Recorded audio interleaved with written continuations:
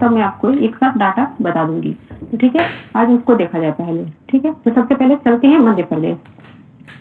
यहाँ आपको क्या क्या याद रखना होगा, क्या क्या पूछ सकते हैं, वो डाटा दे दिया जाएगा और वो याद रखेंगे आप। ठीक है, तो एमपी में देखते हैं कि यहाँ पे विधानसभा की कुल जो सीटें थी वो 230 थी और बहुमत के लिए कोई भी पार्टी, किसी भी पार्टी की जो सरकार बनेगी उनको बहुमत के लिए 16 सीट की आवश्यकता थी। ठीक है, तो यहाँ पे जो भाजपा है 163 सीट जीत कर मतलब गवर्नमेंट बनाने के लिए सबसे आगे ये आए हैं। ठीक है, तो ये सीट कितना जीत रहे हैं ये याद रखना होगा, कितना टोटल थे वो भी याद रखना होगा और बहुमत के लिए कितनी जरूरत थी वो भी याद रखना होगा, क्योंकि अब ये लोग कुछ भी पूछ सकते हैं। ठीक है, और दूसरे नंबर पे कांग्रेस 66 सीट के साथ रहा है। ठीक, मध्य प्रदेश के जो मुख्यमंत्री बनाए गए हैं उनका नाम है डॉक्टर मोहन यादव और ये वहां के 19वें मुख्यमंत्री हैं। उप मुख्यमंत्री के रूप में राजेंद्र शुक्ला एवं जगदीश देवड़ा को मतलब शपथ दिलाया गया है। तो ये सारे नाम आपको याद रखे होंगे। ठीक है, और एमपी के जो राज्यपाल हैं वो गंगू भाई छगन भाई पटेल हैं। ठीक, इनका संबंध ये गुजरात से है, तो आपको ये भी याद रखना होगा, हो सकता है पूछ दे ट्वीट करने के लिए। ठीक है, ये सारे डेटा सारे नाम आपको याद रखना होगा स्टेट वाइज। ठीक है, आगे देखते हैं राजस्थान। यहाँ पर जो है कुल सीट 199 है। राजस्थान में कुल सीट 199 है और बहुमत के लिए इनको किसी भी पार्टी को वहाँ 100 सीट की आवश्यकता है। तो भाजपा जो यहाँ पर 115 सीट जीतकर वहाँ गवर्नमेंट बनाई है। ठीक है, और कांग्रेस 69 सीट के साथ दूसरे नंबर की पार्टी बनी है। यहाँ पे जो मुख्यमंत्री के रूप में है भजन लाल शर्मा को नियुक्त किया गया है और उप मुख्यमंत्री दिया कुमारी तथा प्रेमचंद बैरवा को बनाया गया है। और राजस्थान के जो राज्यपाल हैं ये हैं कालराज मिश्र। ठीक है, ये सारे याद रखेंगे आप लोग। फिर आइए देखते हैं छत्तीसगढ़ में।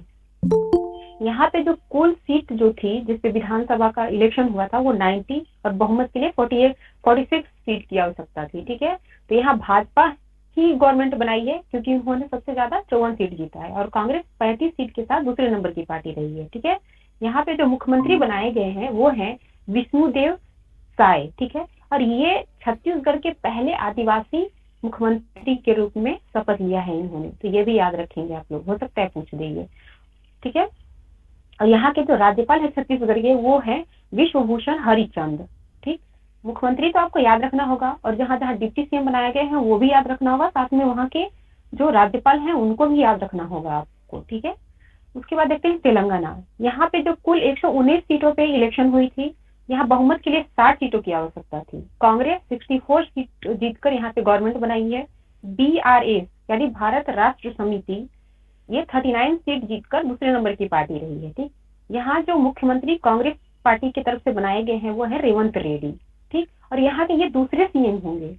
इसके पहले ये जो BRS के थे वो कंटिन्यू जब से ये गठन हुई थी तब से वही सीएम बने थे, तो ये दूसरे नंबर के सीएम है, ये भी याद रखेंगे वहां पे। ठीक है, और तेलंगाना के राज्यपाल जो है तमिली साई सुंदरराजन है। ठीक है, ये नाम याद रखेंगे आप लोग। फिर आते हैं पूर्वोत्तर राज्य में। यहाँ पे मिजोरम में इलेक्शन हुआ था। यहाँ कुल सीट 40 पे इलेक्शन हुआ था जिसमें बहुमत के लिए 21 सीट की आवश्यकता थी। जोरम पीपुल्स मूवमेंट ये जो पार्टी है वो 27 सीट जीतकर यहाँ पे गवर्नमेंट बनाई है और मिजो नेशनल फ्रंट ये 10 सीट के साथ दूसरे नंबर की पार्टी वहां पे रही है, यानी कि ये ऑपोजिशन में जाएंगे। मिजोरम में जो है मुख्यमंत्री के रूप में लालटू होमा ने शपथ लिया है और यहाँ के राज्यपाल हैं हरि बाबू कंपापति। ठीक है, तो ये सारे स्टेट में कितने कितने सीट पे इलेक्शन हुए हैं और कौन सी पार्टी कितनी सीटें जीते हैं ये भी याद रखो। खासकर जो इंटरव्यू दे रहे होंगे ना उनके लिए तो इम्पोर्टेंट है, ये बहुत ज्यादा हाईलाइटेड है। ये आप लोग का हो सकता है 30 सितंबर को एग्जाम हो तो पूछे कि ना पूछे, कहा नहीं जा सकता है, बट जो अभी इंटरव्यू दे रहे हैं उनके लिए बहुत इंपॉर्टेंट है ये, तो आप लोग याद रखेंगे, ऐसा नहीं कि इसको भूल जाएंगे। ठीक, तो चलिए आइए नेक्स्ट देखते हैं।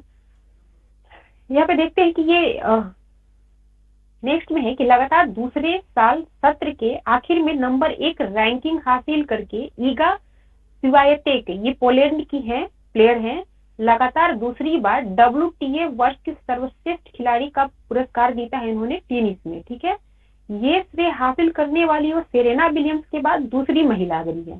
सेरेना विलियम्स जो है ये मतलब ये जो पदक जीती है सेरेना विलियम्स वो 7 बार जीती है और ऐसा करने वाली दूसरी ये जो हुई ईगा स्वियातेक है। ठीक है, और ईगा के जो कोच रहे हैं टोमाज विक्टोरोमेक्स की, इनको सर्वश्रेष्ठ कोच का पुरस्कार दिया गया है। ठीक है, तो ये काफी इंपॉर्टेंट है खेल से ग्रेडेड है ये, इनको याद रखेंगे आप लोग। फिर आइए देखते हैं कि एआई यानी आर्टिफिशियल इंटेलिजेंस पर वैश्विक साझेदारी सम्मेलन का आयोजन नई दिल्ली में किया जा रहा है और इसका उद्घाटन जो है पीएम मोदी के द्वारा किया गया है। ठीक, तो ये पीटी के लिए फैक्ट हुआ है। और इसी उद्घाटन के दौरान पीएम मोदी जो है एआई पर एक स्टेटमेंट दिए हैं, जो अभी मेन दे रहे होंगे बच्चे, और एआई से संबंधित अगर क्वेश्चन पूछता है तो इस स्टेटमेंट के साथ इसका शुरुआत किया जा सकता है। तो उन्होंने यहाँ पे बोला है एआई को लेकर कि एआई जो है 21वीं सदी के लिए एआई सबसे बड़ा वरदान बन सकता है, तो यह 21वीं सदी को तबाह करने में भी अहम भूमिका निभा सकता है। तो इस स्टेटमेंट के साथ जो बच्चे अभी 69 देंगे वो वहां पर एआई से संबंधित क्वेश्चन की शुरुआत कर सकते हैं। ठीक है, और याद रखिएगा कि एआई से संबंधित जो वैश्विक साझेदारी सम्मेलन हुआ वो नई दिल्ली में, और इसका उद्घाटन पीएम मोदी द्वारा किया गया है। ठीक है, नेक्स्ट देखते हैं कि यूएन के जो पूर्व महासचिव हैं बान की मून और ऐसे 3 अन्य राजनयिक हैं जिनको Diwali power of one award से सम्मानित किया गया है। ये अवार्ड क्या होता है? ये अवार्ड जो है शांतिपूर्ण और सुरक्षित दुनिया बनाने में उनके निस्वार्थ प्रयासों के लिए दिया जाता है। जैसे आप लोगों ने देखा होगा कि बान की मून जो है पूरे वैश्विक रूप से काफी मतलब एक्टिव रहते थे और जहां भी जरूरत होती थी ये निस्वार्थ भाव से जुड़ जाते थे, तो इसलिए उनको ये पुरस्कार दिया गया है। ठीक है, ये जो पुरस्कार है इसको कूटनीतिक का ऑस्कर भी कहा जा सकता है। तो ये याद रखेंगे कि ये जो पुरस्कार है Diwali power of one award, इसको कूटनीति का ऑस्कर भी कहा जा सकता है, हो सकता है पूछ दे। ठीक है, अब नेक्स्ट देखते हैं कि इसरो जो है 2040 तक चंद्रमा पर पहला अंतरिक्ष यात्री भेजने का मतलब उनके जो अभी इसरो के जो प्रमुख हैं सोमनाथ, उन्होंने घोषणा किया है कि 2040 तक हम चंद्रमा पर पहला यात्री भेजेंगे। ठीक है, और उन्होंने ये भी बोला है कि ये जो मानव युक्त गगनयान मिशन है जो 2025 में लॉन्च किया जाएगा, इसके लिए वायुसेना के 4 जो पायलट हैं उनको बेंगलुरु में अंतरिक्ष यात्री प्रशिक्षण सुविधा केंद्र में प्रशिक्षित किया जा रहा है। तो आप लोगों ने देखा होगा किसी एग्जाम में इन्होंने पूछा था कि गगनयान के लिए कितने वायु सैनिकों को प्रशिक्षित किया जा रहा है और कहाँ किया जा रहा है। हो सकता है नेक्स्ट में भी ये पूछे, तो ये अभी हाईलाइटेड है और स्टेटमेंट है ये इसरो के प्रमुख का, तो ये हो सकता है पूछ रहे हैं, तो इसको याद रखिएगा। 4 वायु सैनिक है जिनका प्रशिक्षण बेंगलुरु में किया जा रहा है, और इसमें से 2 या 3 जो सैनिक हैं जो मतलब अच्छा परफॉर्म कर पाएंगे उनको भेजा जाएगा 2025 में। ठीक है, और उनको 7 दिन के लिए भेजा जाएगा। अभी आपने देखा होगा, अगर पढ़ा होगा, अभी शायद यूपी पीसीएस या कोई पीसीएस में ही राजस्थान या यूपी में उन्होंने पूछ दिया था कि कितने यात्रियों को कितने दिन के लिए अंतरिक्ष में भेजा जाएगा इसरो के द्वारा। ठीक है, ये क्वेश्चन बन चुका है, आगे आने वाले दिन में हो सकता है इसको और घुमाकर बनाया भी जाए, तो इसको याद रखेंगे आप लोग। ठीक है, नेक्स्ट देखते हैं कि मुख्य चुनाव आयुक्त जो है मुख्य चुनाव आयुक्त की जो पोस्ट है और चुनाव आयुक्त की जो पोस्ट है, इससे संबंधित एक विधेयक जो है वो संसद में पारित किया गया है कुछ बदलाव के साथ। तो इसमें क्या है कि ये जो दोनों पोस्ट है, अब इसका जो वैल्यू होगा, इसका वैल्यू सुप्रीम कोर्ट के न्यायाधीश के बराबर हो जाएगा। पहले यह जो पद है वो कैबिनेट सचिव के समकक्ष था। तो ये याद रखेंगे कि कौन सा ऐसे 2 पोस्ट हैं जिनका जो पद वैल्यू है उसको सुप्रीम कोर्ट के न्यायाधीश के बराबर बनाया गया है, तो हो सकता है पूछे ही। ठीक है, उसके बाद नेक्स्ट देखते हैं कि राष्ट्रीय सांख्यिकी कार्यालय यानी यूनेस्को के अनुसार भारत के औद्योगिक उत्पादन सूचकांक यानी आईआईपी की वृद्धि दर अक्टूबर 2023 में 16 महीनों के उच्चतम स्तर पर रहा है। जो ये जो सूचकांक है वो औद्योगिक वृद्धि का वो 11.7% पर रहा है, यानी 16 माह के बाद जो अपना औद्योगिक क्षेत्र है वो सबसे ज्यादा ग्रोथ करा है। ठीक है, और इसी माह में यानी अक्टूबर 2023 में विनिर्माण क्षेत्र का उत्पादन 3.4% है। तो ये पीटी के लिए तो महत्वपूर्ण नहीं है क्योंकि अभी पीटी बहुत दूर है, तो अभी जो मेन दे रहे होंगे उनके लिए इम्पोर्टेंट है ये, तो ये यूज करेंगे वहां पे। और मेन में जब आप लोग जीएस पेपर 2 में लिखेंगे इकोनॉमिक से संबंधित क्वेश्चन, तो वहां पे इसका यूज किया जाएगा कि इंडिया का ग्रोथ कैसे हो रहा है, जिससे मैंने क्या बोलते हैं औद्योगिक क्षेत्र किस तरह से डेवलप कर रही है और ये विनिर्माण क्षेत्र कैसे डेवलप कर रही है और 16 महीने के उच्चतम स्तर पर पहुंची हुई है। ठीक है, नेक्स्ट देखते हैं कि भारतीय महिला बैडमिंटन की युगल जोड़ी है अश्विनी पोनप्पा और तनिषा क्रेस्टो।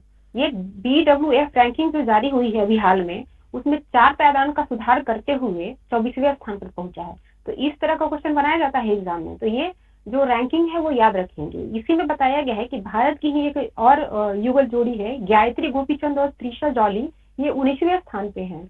उसके बाद इसमें बताया जा रहा है कि सात्विक साई राज रंकी रेड्डी और चिराग की शेट्टी दूसरे नंबर पर है। तो ये काफी इंपॉर्टेंट है और इनसे कोई इन दोनों से क्वेश्चन बना भी है, केवा रैंक है, ठीक है। तो इसको अभी याद रखेंगे, वर्तमान में वर्ल्ड लेवल पे दूसरे नंबर की जोड़ी है ये टेनिस का, ठीक है।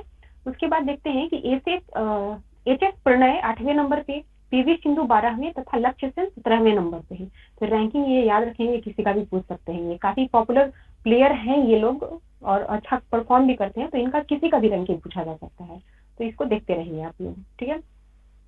एक केरल में जो है कचरा मुक्त केरल अभियान चलाया जा रहा है। तो इसके लिए कुछ वहाँ के कानूनों में संशोधित किया गया है और इसके तहत तो वहाँ पे मतलब कहा जा रहा है कि जो कचरा प्रबंधन नियमों का उल्लंघन करेगा, अब उसको अधिकतम 50,000 रुपए का जुर्माना होगा तथा 50,000 रुपए का जुर्माना होगा, साथ ही 1 साल तक उनको कैद की भी सजा दी जाएगी जो वहाँ पे कचरा प्रबंधन नियमों का उल्लंघन करेंगे, ठीक है। तो इसका यूज ये पीटी में पूछ सकता है कि कचरा मुक्त अभियान किनके द्वारा चलाया गया पहली बार, तो वो तो केरल है, ठीक है। ये हो सकता है पूछ दे, या ये भी पूछ दे कि इसके लिए उन्होंने क्या क्या सजा की प्रावधान किया है, ये भी हो सकता है पूछे पीटी में। बट अभी जो मेन दे रहे होंगे ना, अभी जो दे रहे हैं वो तो ठीक है, और जो 17वीं देंगे उनके लिए भी इम्पोर्टेंट है। जब वहाँ कचरा से संबंधित कोई क्वेश्चन रहेगा तो इसमें उस पॉइंट का यूज किया जाएगा, ठीक है। हम कुछ देखते हैं बिहार से रिलेटेड, ठीक है, न्यूज देखते हैं। यहाँ पे आप लोगों को कुछ दिन पहले देखा होगा, जब ये अपने एपीजे अब्दुल कलाम जी राष्ट्रपति के रूप में थे, तब एक पर्सन यहाँ पे बहुत हाईलाइटेड हुए थे। उन्होंने एक मतलब अजूबा टाइप का साइकिल बना दिया था। वो ऐसा साइकिल था जो पानी पर और सड़क पर दोनों पे चलती थी, ठीक है। तो इनके लिए इनको जो तत्कालिक राष्ट्रपति थे कलाम जी, उन्होंने नेशनल ग्रासरूट इनोवेशन अवार्ड से सम्मानित किया गया था। इनका नाम था मोहम्मद सदुल्लाह, ठीक है। इनकी डेथ हो गई, ये मोतिहारी से संबंधित थे, तो इनका नाम याद रखेंगे। इनको कौन सा पुरस्कार दिया गया था राष्ट्रपति के द्वारा, ये भी याद रखेंगे, और इनका संबंध किस जिले से, ये भी याद रखेंगे, ठीक है। आगे देखते हैं हम। राजस्व एवं भूमि सुधार और गन्ना उद्योग मंत्री अशोक कुमार मेहता ने बताया है कि राज्य में रोजगार एवं उद्योगों में की स्थापना के लिए विभिन्न उद्योगों को अब तक पूरे राज्य में 269 एकड़ भूमि आवंटित की गई है। अभी ये तो पीटी के लिए नहीं इंपॉर्टेंट है, लेकिन ये अभी जो मेन दे रहे हैं उनके लिए इंपॉर्टेंट है ये। और उद्योग से संबंधित कुछ भी मतलब दिखाना होगा विकास को, तो वहाँ दिखाएंगे बिहार गवर्नमेंट क्या कर रही है डेवलपमेंट के लिए, ठीक है। उद्योग से संबंधित नहीं, जब वो सामाजिक आर्थिक विकास के बारे में पूछेंगे तब भी ये पॉइंट वहां पे जाएगा कि बिहार गवर्नमेंट किस तरह से मतलब प्रयास कर रही है डेवलपमेंट के लिए, ठीक है। तो इसी में बताया गया है कि सबसे अधिक जो भूमि आवंटित की गई है उद्योग के लिए, वो की गई है मधेपुरा में, और वो है 146 एकड़, ठीक है। उसके बाद गया में किया गया है, ठीक है। उसके बाद इसी में बताया गया है कि टेक्सटाइल पार्क के लिए 238 एकड़ भूमि पश्चिमी चंपारण में उपलब्ध कराया गया है, ठीक है। उसके बाद इसी में बताया गया है कि गया में 636 एकड़ अमृतसर दिल्ली कोलकाता औद्योगिक कॉरिडोर के लिए जमीन उपलब्ध कराई जा रही है, ठीक है। ये सारे जब विकास से संबंधित आप बताएंगे वहां पे, तो वहां पे देंगे यहाँ पे, ठीक है। आगे देखते हैं। रंगकर्मी है एक यहाँ पे, यानी कि एक नाटक, बहुत सारे नाटक में इन्होंने भाग लिया था, मोहम्मद जफर। इनको जो है प्रवीण स्मृति सम्मान से सम्मानित किया गया है। ये बिहार से है और बिहार गवर्नमेंट के द्वारा ही ये दी जाती है, तो इसको भी याद रखेंगे, हो सकता है पूछ दे, ठीक है। अब नेक्स्ट देखते हैं कि बिहटा में 250 करोड़ की लागत से स्थापित ब्रिटानिया की फैक्ट्री का उद्घाटन सीएम द्वारा 12 दिसंबर को किया गया है। और ये ब्रिटानिया की जो मतलब ये फैक्ट्री है वो दूसरी इकाई है, और पहली इकाई हाजीपुर में 2011 में स्थापित की गई है, ठीक है। तो ये याद रखेंगे छोटा छोटा पॉइंट। साथ ही ये जो उद्घाटन किया उसके साथ ही सीएम द्वारा बिहटा के सिकंदरपुर औद्योगिक क्षेत्र में प्लग एंड प्ले शेड्स का भी उद्घाटन किया गया है, ठीक है। तो ये बहुत छोटी छोटी चीजें हैं, आपको याद रखना होगा, क्योंकि ये इसी से क्वेश्चन बना देते हैं और आप लोग उस पर ध्यान नहीं देते हैं, ठीक। चलिए आज तो इतना ही था। अब जरा बताइए आप लोग, जो अभी मैंने बताया उसमें से ये बताइए, मिजोरम के सीएम जो बनाए गए हैं वो काफी पहले मैंने बताया है, तो बताइए कौन है, उनका नाम क्या है। पूनम जी मैम। जी बोलिए। मिजोरम के सीएम किनको बनाया गया है। लाल दुहोमा,